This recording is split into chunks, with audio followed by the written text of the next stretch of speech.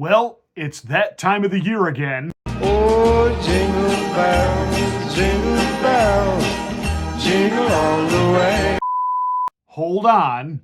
Obviously, there's got to be a problem with this song, right? When they spoke about jingle bells, for your information, they wasn't speaking about jingle bells on a horse. They was talking about the collar that they put around a slave's neck. It had three bells. They had a bell here, and a bell on their head.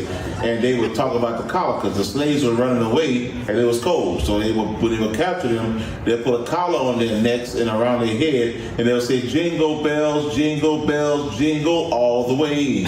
Alrighty then.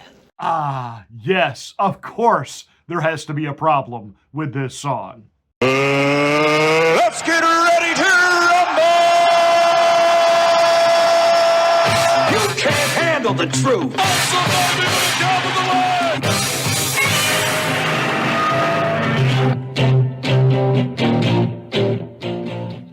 Hi, I'm Pastor Marty. Welcome to the Afternoon Drive. Please make sure that you are subscribed to the channel. Once you are, smack the bell, click the word all. That will give you notification of my rants, my ravings, my undeniably flawless reasonings. Please like and share this video. That's the way that we get the word out that we're here. Thank you so much for watching the Afternoon Drive. How did we go from this? I have a dream that my four little children will one day live in a nation where they will not be judged by the color of their skin, but by the content of their character. I have a dream today. To this. When they spoke about jingle bells, for your information, they wasn't speaking about jingle bells on a horse. They was talking about the collar that they put around a slave's neck. It had three bells. They had a bell here, and a bell on their head. And they would talk about the collar because the slaves were running away and it was cold. So when they would capture them, they'd put a collar on their necks and around their head, and they'll say, jingle bells, jingle all the way. This is not just over-the-top rhetoric. This is absolutely, historically, significantly ignorant. It is just absolutely absent of facts. It's absent of historical context of any kind. And I'm going to be honest, and you can get mad, it's just plain stupid. By the way, just to set the record straight, the origin of the song took place in 1850 in Massachusetts. Not exactly what we would call, what's the word I want? Oh yeah, a slave state. And it was written to commemorate the sleigh races that were held at Thanksgiving time in that town in Massachusetts. The song says, jingle bells. When they spoke about jingle bells, for your information, they wasn't speaking about jingle bells on a horse. They was talking about the collar that they put around a slave's neck. It had three bells. They had a bell here, and a bell on their head. And they would talk about the collar because the slaves were running away and it was cold. So when they would capture them, they'd put a collar on their necks and around their head, and they'll say, jingle bells, jingle all the way. Oh, what fun it is to ride in a one-horse open sleigh. A one-horse open sleigh, if you Google it, was a slave where they captured, was a slave where they captured slaves in and brought them back as victory. And when they would come back, the bells would be just ringing. So it was like a victory lap to the city, letting people know that they conquered and they captured a runaway slave. So, oh, what fun it is to ride in a one-horse open sleigh. Hey, jingle bells, jingle all the way. Oh, what fun it is to ride in a one-horse open sleigh, dashing through the snow. In a one-horse open sleigh, over the hills we go, laughing all the way. So they would be laughing as they bring them back. Bells are about to ring, making our spirits shine. Oh, what fun it is to ride and sing a sleighing song tonight. They're going to slay the slaves. A slaying song means it's a song about slaying people. He wants to kill people. That's what this song is code for. I don't even know where to go with this. Because again, this is not about race or color, but it is about content of character. And the person making this assertion saying this, producing this. This is just profoundly ignorant. First of all, let's get practical with the song, shall we? Let's take the song in context. He said that they put bells on the slaves so that they could capture them and bring them back to the plantation in sleighs. Can someone show me snow in Alabama?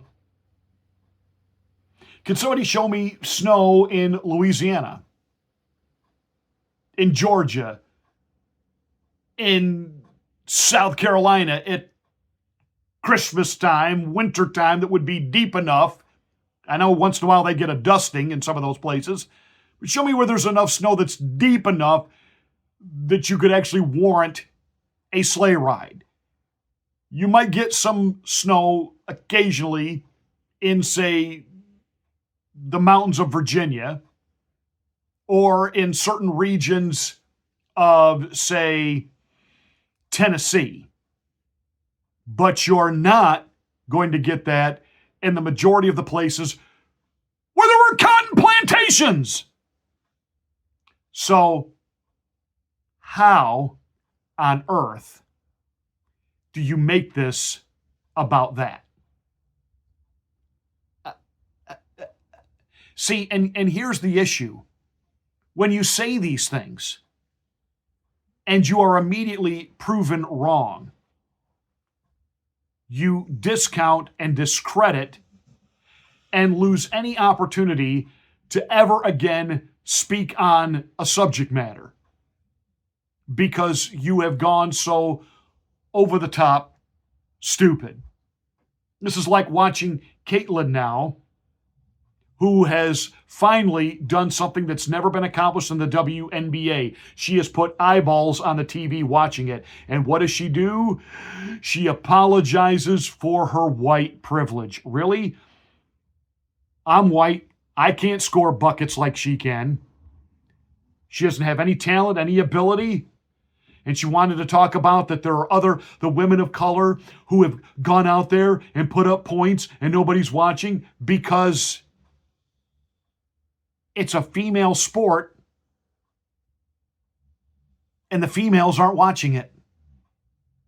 It's not about race. It's about men aren't, for the most part, interested in watching it. It got exciting when Caitlyn came into the game because she's broken every record in her rookie season. She made the game exciting to watch. And by the way, there are ebbs and flows in male sports as well. There were times that basketball ratings in the NBA were flat, and then along comes somebody like a Michael Jordan, and eyeballs are drawn to the TV. A Larry Bird puts on a show. Eyeballs are drawn to the TV. LeBron James puts on a show. Eyeballs are drawn to the TV. That's how it works. Same in baseball. Same in football. And now there is somebody in the WNBA that not only can play, but makes it exciting, and it draws eyeballs. And it's not about skin tone, skin color. It's about ability. It's about the fact that you have a gift and a talent, and it's exciting to watch, and people are drawn to it. Has nothing to do with privilege or lack thereof, that people aren't watching the other.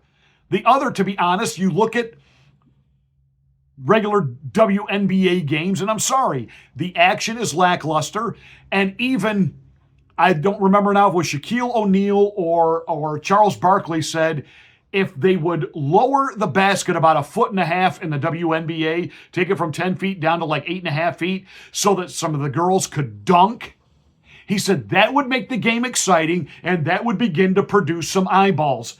Wow, what a concept. So, to say that a song about going sleigh riding is somehow a coded song for tracking down runaway slaves is it's insanely stupid. Sorry, but them's the facts.